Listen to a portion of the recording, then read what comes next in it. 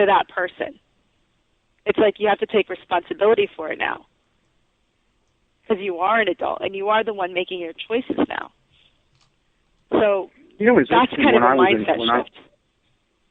When I was in Los Angeles, and, I ended up being in a film totally as an accident because I was in L.A. and I went to do, in theory, a reality TV show, of course, like everybody else. And it didn't happen. And I'm in Los Angeles, right? So I need work. I need money. And so I'm psychic, So I went on Craigslist, and I put in psychic, and there were like 3 films that were looking for psychics. So I made like a little PowerPoint slide with literally cell phone pictures. These were my headshots. Cell phone pictures, selfies. I put them together on a PowerPoint slide, made a little collage. I wrote it like a 1-paragraph email. I sent it in 5 minutes. I swear to you, I'm not exaggerating. 5 minutes later, I get a phone call, and this guy's talking to me. And I talked to him for maybe 10 minutes, 15 minutes, because great, we're filming on so-and-so. I'll see you there. I'm like, well, what are you talking about? I go, you don't want to look at me, smell me? No, I like your energy. You're good. We're good. I'm like, what? Yeah. So then I thought, after I did that film, I thought, that was easy. So then I found that I could get jobs literally like every day. Because I look like a Russian killer, I guess, or whatever. Yeah, and because you believed you could. You believed you could. But when I went, every time I showed up, I go, I'm in this movie, by God. And if you hired me, I'm an actor. And when I showed up, I was an actor, man. And I would get there, and I would see these people, and they would go, I go, how long have you been here? Like, they'd be like 3 or 4 years. How many films have you been in? Oh, this is my 7th. Like, 7th? What? I'm trying to do the math. You're like doing 2 a year. You're doing like 2 or 3 a year, and they last like 3 days. That can't be good. And I thought, I've been in like 5 in the past 2 weeks, or whatever. And I turned down like 4 or 5 every day. And I would tell people this. They go, well, that's impossible. I go, no, it's serious. Right. And they go, do you go read for them? I go, no, I just talked to them on the phone. And they look at me like, are you from Jupiter or are you from Mars? And but it's going in with exactly what you're saying. I mean, so many people went, well, I can't do this, and God, the odds are against you. But I found that for me, I just got into a zone. I go, well, hell yeah, of course.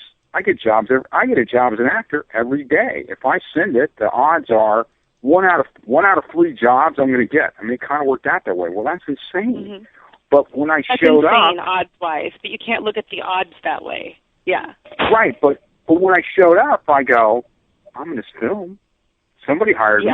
They thought I was good enough. I'm an actor, by God. And I didn't have, I was in my 50s. I didn't have any doubts. I didn't go, oh my God, I want to feel like me. I just go, dude, I'm an actor. I'm in this video, but not everybody can do that, right? So.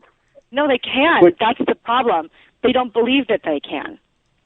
Well, but absolutely they can. What I'm saying is, all they have to do is just go, well, yeah, I'm an actor. Mm-hmm. I'm in this movie. Yep. And it's just that simple. Go, yeah, you hired me, dude. I'm here. And after a while, you go, well, I was in this other movie, so I could be in this movie. And then it just has its own kind of like, it has its own trajectory. It does. Yep. And the thing about Hollywood, too, that I've noticed, everybody I notice is at a high level in Hollywood that I know are incredibly intuitive. They read energy. They read energy every day, especially casting directors. They're all psychic. I'm like, oh, my goodness. Because they walk into a room and they're like, yep, nope. Before you even open your mouth, they read energy. And so if you can get yourself into a place where you are bringing the energy into the room of it's already mine, and there's no such thing as competition. That's another one, like believing that there's competition and getting yourself psyched out, it doesn't do you any good, first of all. But second of all, like, it's just not, it doesn't put you in the energy of other people liking you either, if you're pitting yourself as the enemy. And I went into I think that's one of the things you have for going for you, is that my sense of you is that you have that, oh, it's all, like, I'm in Oklahoma, let's just make a play, and I'll be happy, and we'll make cheesecakes. Yet, at the same time, you're very professional. So there's not that, kind of edgy, desperate thing. When I was in Los Angeles... people smell that. They really smell that desperation. And I talked to this guy who was a producer, and like an indie producer, and I'd been in 2 of his movies. And And I said, a lot of people told me, because in the second movie, by that time, between the first movie I was in of his and the second one, I'd been like about 10 in between. And I said, you said to me that I should be a professional actor and dump the whole psychic thing and, focus only on being an actor. A lot of people told me that. And I asked him, I said, do you think I could do this? He goes, you are the most self-confident person I've ever seen in a movie. And he said, no matter what, people know. This is what he said to me, and it goes in exactly what you just said. People know, looking at you, that you're not going to freak. You're going to do what you're asked. You show up. You're relaxed. You're friendly. You have a certain energy. Absolutely. You could have a career as a working actor. Yeah, you just beat out 95% of Hollywood right there. but that's the thing. A lot of it really is that belief and just being calm enough and not having to project your own insecurities into causing chaos. If you're contained, it's not just as an actor, but in any aspect of life, certainly as a professional psychic, you have to be in a level of self-confidence.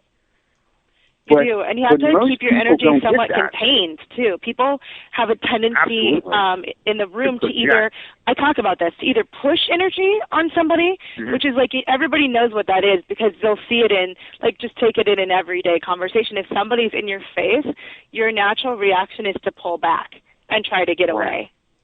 So, you don't want, as an actor, you don't want that, and you also don't want to be, that's what I call pushing energy. You also don't want pulling energy either, which is like trying to suck the life out of somebody, and people feel tired around those people. That's where, the extreme insecurity comes in, please tell me I'm doing good. They want to suck the energy out. Tell me I'm good. What you want to do is stand in your own power, and even better than that, one step further, is those people who stand in their own power put out a lot of light without pushing it, and they become really magnetic. And I think that's where you were, Andrew, it's that magnetic energy where people are drawn to you. Because you're not pushing or pulling, you're just giving off this light. And people are really drawn to that. So, and that's hard to teach, but you have to kind of ask yourself, where is my energy sitting? And be responsible for the energy you bring into the room. Anywhere you go, because everybody can feel it. So if you're not getting what you want in life, you have to figure out where you're at. What'd you say? I mean, that's one of the beauties of what you bring, is that you have that kind of vibe. Because I've talked to you and seen you in action, but yet on top of it, you understand it enough that you can help other people get to that place too. I mean, that's one of your true skills, And before we get too far into this, if I want to know more about you and I want to make an appointment with you, or I want to see your picture too, or whatever. What's the best way for me to do that? First, as an intuitive, and then secondly, as an actress. If I want to, if I'm doing a TV show or whatever, I need a femme fatale that's nice. How do I find you? Okay, great. Well, for my intuitive stuff, it's Tarot by Megan LaFay, but I would just go to my website. It's meganlafay.com, and that's spelled MEGANLEFEY.com. I do all my booking online, and if you click on the contact/book page, it'll take you straight to my calendar and see when my openings are. I'll be out of town for a wedding this next week, but I should be back around the 8th of October. And for my acting stuff, you can look me up on IMDb. It's Megan Lane. I believe it's Megan Lane. I'm the third 3 on there because there's 2 other ones. But I think I pop up first. It says known for the Y, and that's me. I'm actually rebuilding my website for some reason. There's technical difficulties right now otherwise, but that should be up pretty soon. Check back in a couple months for it's going to be themeganlane.com. Right now it's glitching, so don't go there now. Go to IMDb. But I'm going to get How can there be 3 Megan Lanes? There's 3 of us. One of them does more theater. I think she did one film project, and the other one, I don't know. And there's a musician, too. I don't know. I like the name. It's actually my middle name. It's my stage name because numerology-wise and stuff, it ends up being a really cool number. It's a power number. and it's a kind of a fame number. Because I had to make up a middle name because there's already an Andrew Brewer, right? So I had to have another. I couldn't be Andrew Brewer. I had to be. So I added Bassano. I put that in the middle.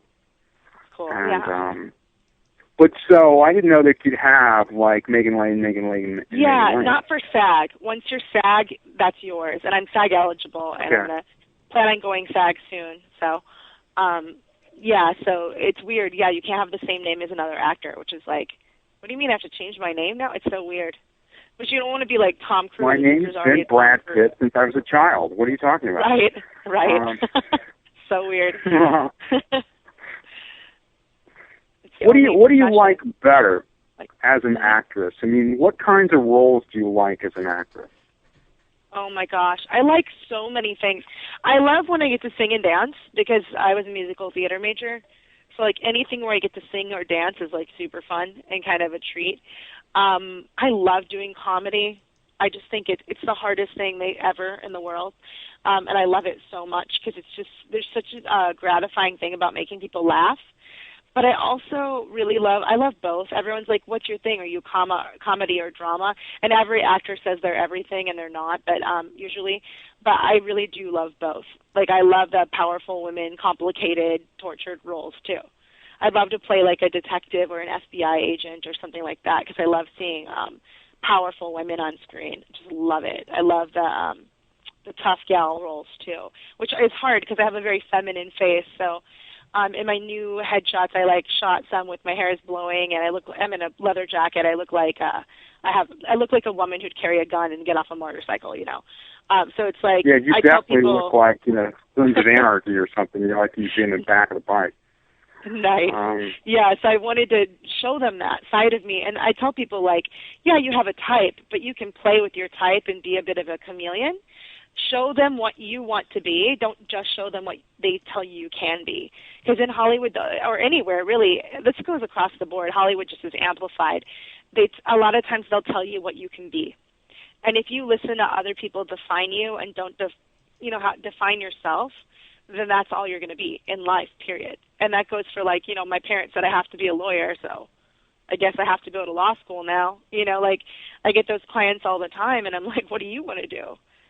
And it doesn't occur to them they can do something else. And so, yeah, that's kind of new. Like, I've never had headshots before that kind of brought out the dramatic or the leading lady tough girl. And I'm like, I really want them to see me that way sometimes, too.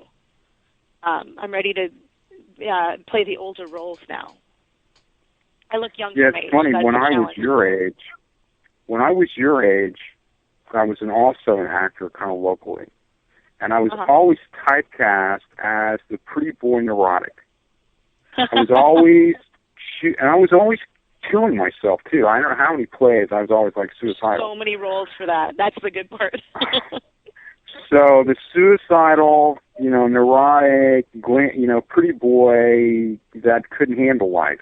Now, the second go around, I'm always FBI agent, killer, whatever.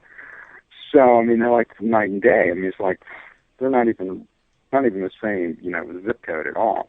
As an actress and as an intuitive, to me, they go hand in hand.